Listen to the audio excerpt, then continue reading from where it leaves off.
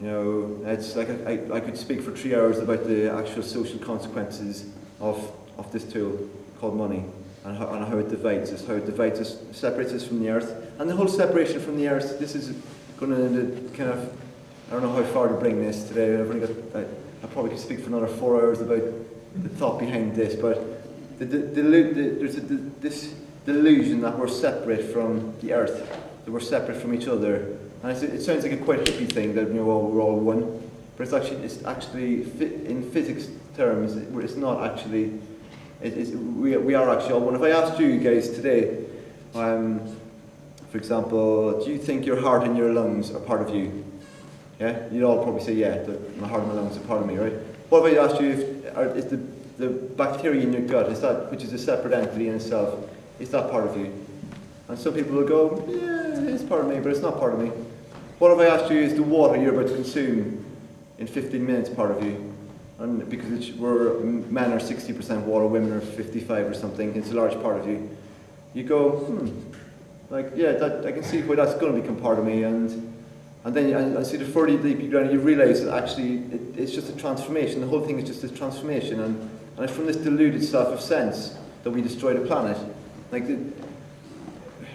It's difficult in 25 minutes to give enough depth to this. But until we actually I really recommend this Descent of Humanity by Charles Eisenstein.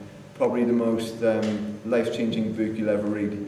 But what we're seeing around us today, if you want to get to the crux of the issue, is a deluded sense of self, the skin-encapsulated ego.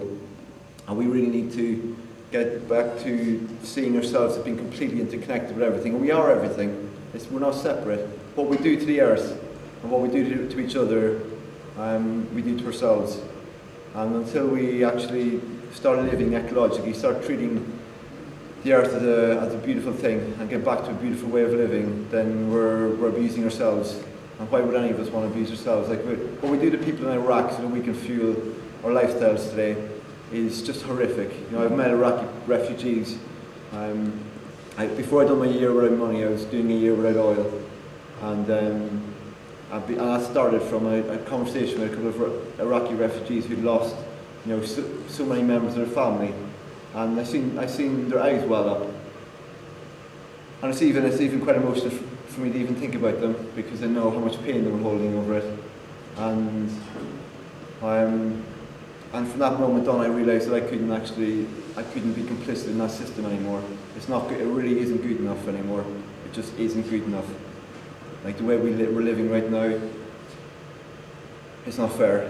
It's not fair in everything else we share a planet with. And I think that we need to really, really be serious and resolve to actually change that. We need to go local.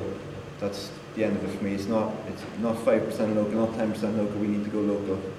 And we don't, to be honest, to faff around for the next 40 years anything other than thinking about going local. You might as well piss in the wind, to be honest, because our time frames aren't that long. We don't have 100 years anymore. When we talk about civilizations and there's some kind of future collapse scenario, it's not a future scenario. We're in the middle of ecological collapse. Any collapse that happened in the past, historically, the people involved in it didn't actually know it was collapsing when it was collapsing. If 50,000 species every year isn't a sign of ecological collapse, I don't know what is. And that's going to speed up, because when you take out each species from the chain, more species die, and the whole thing the whole thing unravels very, very quickly, both economically as a subset of ecology and ecologically. So we need to get really, really serious. This isn't a game. We're not playing Connect 4 here, where at the end of it, we can all go for a cup of Frappuccino after. This is the future of ourselves, the future of our kids. If we don't take that seriously, what are we going to take seriously? And so my challenge to the transition movement, to the local currency movement, is to get a lot more radical. What needs to be done isn't going to happen within the structures of this insane system we're in right now. That sounds quite extreme, but we need to really be questioning the entire capitalist model. If it's a chicken and egg situation, as long as we have the population being fed by the Murdoch empire, and getting their news and their views of the world through a certain lens, then nothing is going to change, because the mass of the people aren't going to, they're just going to think that, well, everything's okay because it's spun in a certain way. Anyway, I'm waffling on too much with the white. How long have we got left? Have we got 3 minutes? Yeah. Oh yeah. 3 minutes. I've probably depressed every single person in the room right now with that speech. That's my reason for being in life, is to depress people. But the good news is there is solutions, there is things we can do. Personally, I've been living 2.5 years without money, and the next stage of things for me is to set up a moneyless village, and that's starting work on that at the end of next month. We've been working for about a year on it and stuff, and it's going to take a big development in about a month's time. And so I believe that we need. I describe this like a forest, for example. So we need to plant seeds, for example. Take a normal forest. We need to plant seeds that can grow into something really beautiful. And I feel what these guys are doing right now, and these are all amazing seeds. And as I say, I would encourage every one of you to go to these guys after and get involved, because these are the seeds that are going to help change things. But that's one part of me. I want to set up a moneyless village, a place where it's going to be a research and educational centre for moneyless living, where people can come for free, do free courses, and learn how to live in a completely 100% localised way. And that's 50% of me right now. But the other 50% of me knows that until the big trees in that forest are either cut down or burned down, then the seeds aren't going to sprout. Like, we all wonder why these fantastic initiatives that we start here, like, these are all really fantastic initiatives and deserve to be the status quo. Like what they're doing in Stroud and what you're going to do here, they deserve to be the status quo. You know, they're that good. But why aren't they taking off? That's my question. Why is the stuff that we do, why are we just, why is there only, when we meet up, it's only 20 of us or 40 of us in a world of 60 million, in a country of 60 million? It's because the big trees are making sure that the small trees don't get any light. And so we have to be really serious in understanding that until the big trees are taken out, there's going to be no light for the seeds. And that sounds like probably a quite extreme view for most people here, but I'd really challenge you to explain to me after this talk how the seeds can sprout until the bigger trees are taken out.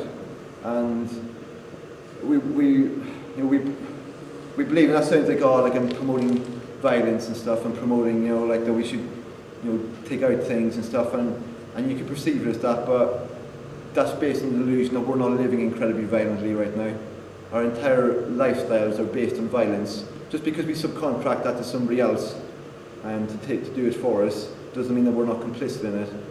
And so we need to be really honest with ourselves and realise that our lifestyles are based on violence and based on exploitation, and that unless we're willing to do whatever we need to do to make sure that the wonderful seeds that we're all sprouting, or trying to sprout, can get some light, then nothing's going to change. I can guarantee you. I've been looking at this for a very long time, and I haven't seen one example of one really amazing project. The fact that the economy is growing it's not like things are getting better in general terms. They're getting worse every single day. We talk about what we don't want. There is no green movement really at the minute. There's no success here. Like, we're doing little bits and pieces, but the juggernaut rolls on. Like, the Amazon's getting cut down at a hectare per second. Think about that for a second. The rainforests are getting cut down at a hectare per second. Is it working? Is what we're doing working? It's not working. So my challenge is, I'll probably leave on that note, is to be really, really serious about what's necessary to be done here, because life is at stake. It's not a game of Connect 4, it's life.